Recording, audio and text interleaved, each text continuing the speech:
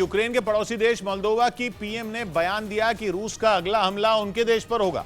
रूस की सेना ने यूक्रेन के दक्षिणी और पूर्वी इलाके में बढ़त हासिल कर ली है और रूस की सेना की यही बढ़त मोल्दोवा जैसे छोटे से देश को डरा रही है, क्योंकि रूस की सेना यूक्रेन के दक्षिणी और पूर्वी इलाके में लगातार कामयाब हो रही है। खबर है कि वो वहां जीत के बहुत करीब है, जिसे सुनकर यूक्रेन का पड़ोसी देश मोल्दोवा थर-थर कांप रहा है, क्योंकि रूस की सेना यूक्रेन के जिस हिस्से में जीत की ओर है, मोल्दोवा उसके साथ सीमा शेयर करता है।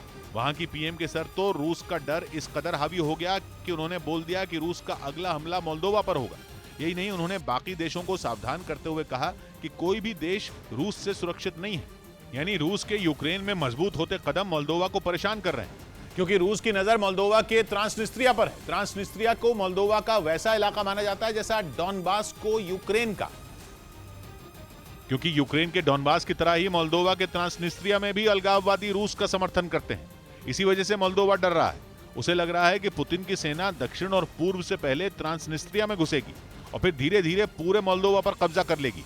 वैसे रूस का मोल्दोवा पर कब्जा करने का प्लान यूक्रेन पर हमले के कुछ हफ्ते बाद ही लीक हो चुका था, जिसे लीक किया था पुतिन के दोस्त और बेलारूस के राष्ट्रपति अलेक्जेंडर लुकाशेंको ने। बेलारूस के तानाशाह अलेक्जेंडर लुकाशेंको अपने सैन्य अधिकारियों के साथ एक बैटल मैप पर चर्चा कर रहे थे और इसी दौरान उन्होंने पुतिन की रणनीति बताई थी और मोल्दोवा की ओर इशारा करते हुए उन जगहों की जानकारी दी थी जहां आने वाले दिनों में रूस हमला कर सकता है।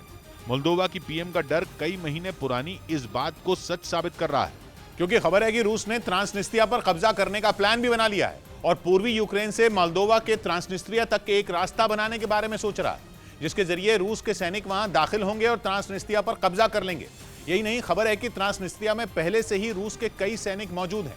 मोल्दोवा यूरोप के सबसे गरीब देशों में एक है। ये न तो यूरोपियन यूनियन का हिस्सा है और न ही नेटो का। इसकी भौगोलिक स्थिति तो इसे और कमजोर बना देती है, क्योंकि मोल्दोवा उत्तर, पूर्व और दक्षिण में यूक्रेन के साथ सीमा साझा करता है और यूक्रेन के पूर्व और दक्षिण में रूस की सेना बढ़त बना रही है, जिससे वो परेशान है, क्योंकि रूस की भारी भरकम सेना के आगे मोल्दोवा की करीब 6000 सैनिकों वाली सेना कहीं नहीं टिकेगी। वो अलग बात है कि रूस ने अब तक मोल्दोवा पर हमले की कोई बात नहीं की है और उसका कहना है कि वो पूरा ध्यान यूक्रेन पर लगा रहा है।